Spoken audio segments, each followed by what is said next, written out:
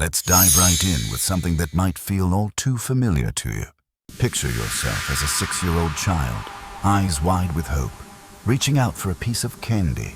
But every single time it's yanked away, just as your fingers brush it, leaving you confused and hurt. Maybe they laugh at your disappointment or yell that you don't deserve it at all. Fast forward 20 years and that same chase continues, but now the candy has changed forms completely. It's turned into alcohol, nicotine, or endless scrolls on social media, seeking that elusive dopamine hit. You know that feeling deep down. But childhood trauma doesn't just linger as sadness in your heart. It actually rewires your brain's entire reward system, making joy feel like a distant, unreliable stranger. Growing up in chaos teaches your brain that comfort is fleeting, so you chase relief desperately. Your nervous system whispers warnings like, "Don't trust this good moment. It won't last long." Neuroscientists describe this as dysregulated reward circuitry, but let's keep it simple and real. Basically, your brain stops believing in natural happiness, needing external fixes to prove you can feel good. A drink to unwind, a pill for calm, or even a toxic relationship that promises temporary warmth. Or perhaps binge-eating snacks late at night, like a bag of chips bigger than your regrets. It's not about being weak. It's your brain's survival strategy rooted in those early wounds. Addiction becomes the way to finally grab that stale candy, even if it never truly satisfies. Think about how this shows up today. Maybe scrolling TikTok endlessly for that quick validation rush. You deserve to understand this pattern gently, without judgment, as we explore it together here. Now, let's talk about your first real teacher in life. Associated with the It wasn't rise in of any the classroom. It was cortisol, that stress hormone flooding your body during those unpredictable childhood days. Imagine waking up to screaming matches or guessing your parents' mood like a dangerous game. Your tiny body soaked in chronic stress, hardwiring your amygdala to stay on constant alert. That's the fear center in your brain, now acting like it's trapped in a never-ending haunted house. You're always jumpy, hypervigilant, bracing for the next bad thing around every corner. Then, one day, you discover something that finally turns down that overwhelming internal noise. It could be weed to relax, gaming to escape, gambling for thrill, or sugar for comfort. Your body sighs in relief, whispering, "At last, a moment of peace in this storm." But soon, that peace giver starts to control you, becoming the only way to feel normal. Many trauma survivors share this. "I just wanted to feel like everyone else does." When your childhood was all high alert, even simple calmness can feel strangely suspicious. Addiction isn't a failure of character. It's your DIY kit for regulating emotions nobody taught you. Your body declares, "If safety wasn't given, I'll create it myself, no matter the cost." If this resonates with you, comment 1 below. Share if you felt this constant alert mode. You're not alone in this. Let's acknowledge that together and build from there, gently. For example, in a busy office, you might stay on edge with your boss's unpredictable demands. Understanding this helps us see why breaking free starts with compassion for your younger self. Here's another layer. Your traumatized brain turns into a stingy dopamine accountant over time. It becomes paranoid about happiness, treating it like a loan with sky-high interest rates. Growing up in turmoil teaches that good feelings always come with hidden consequences attached.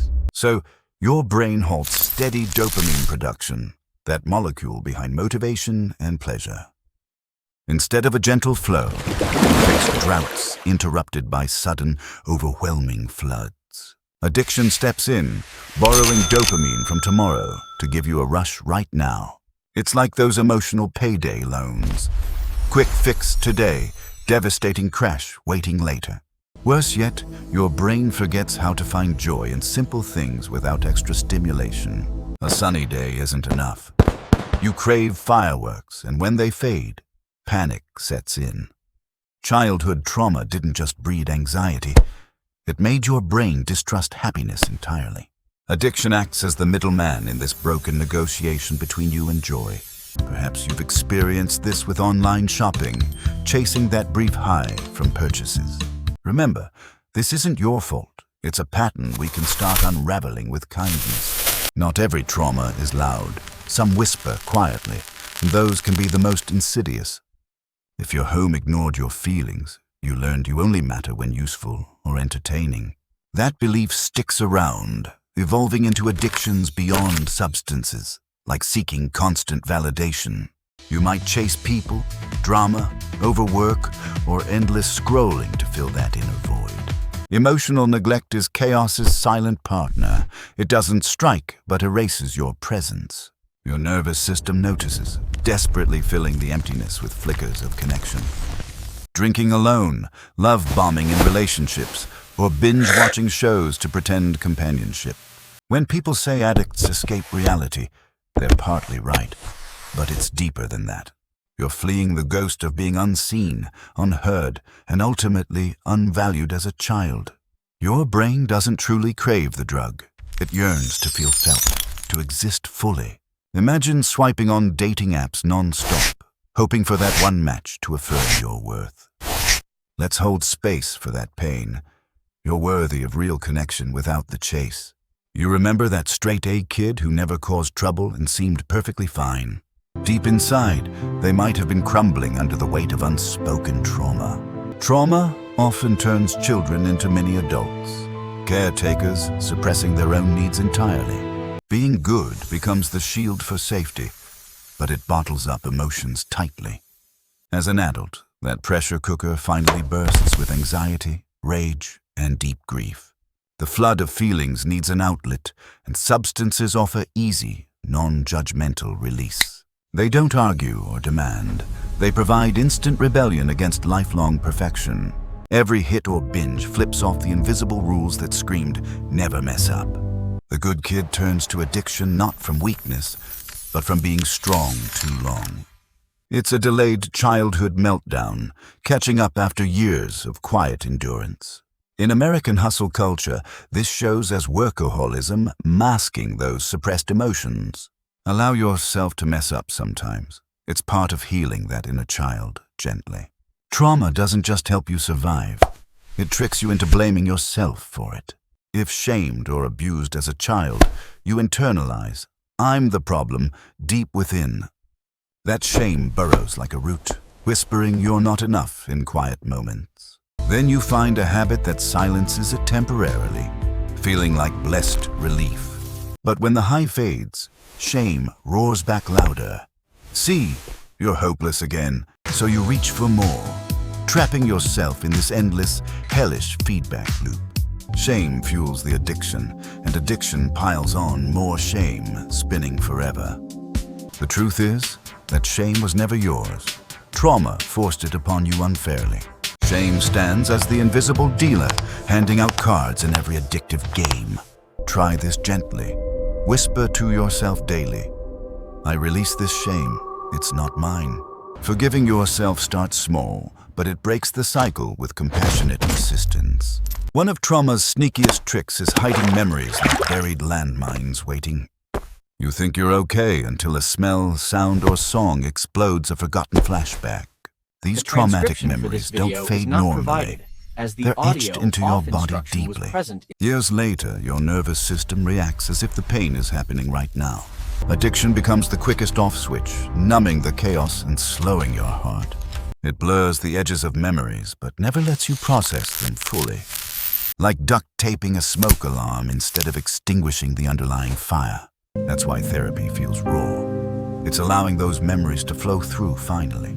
Without healing, addiction remains your go-to emergency tool, always temporary.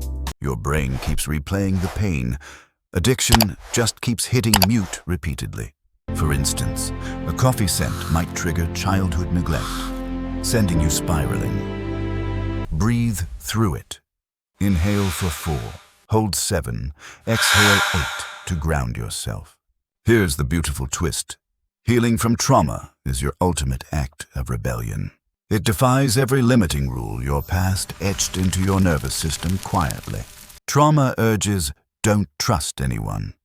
Healing whispers, "Let's try." one step gently. Trauma demands stay numb forever. Healing encourages feel it all anyway. Trauma claims you'll always be broken. Healing responds, watch me rise stronger. Addiction isn't weakness. It's your brain's creative survival tactic overstretched fall. The issue isn't seeking relief. It's lacking safe ways to find it early. Starting therapy, sharing with a friend, or admitting I'm not okay changes everything. It's your nervous system learning a new kind of language beyond panic and numbness. Recovery means feeling good without escaping first, radical and deeply freeing. Practice micro-rebellions daily, like resting without guilt, honoring your true self. Childhood trauma and addiction tangle like knotted headphone wires in your pocket. But each reach for healing untangles them, one patient knot at a time. Recovery isn't becoming someone new. It's remembering your essence before the hurt. If this touched you, subscribe for more insights and comment your biggest takeaway below. What addiction struggle are you facing? Share to support each other in the comments.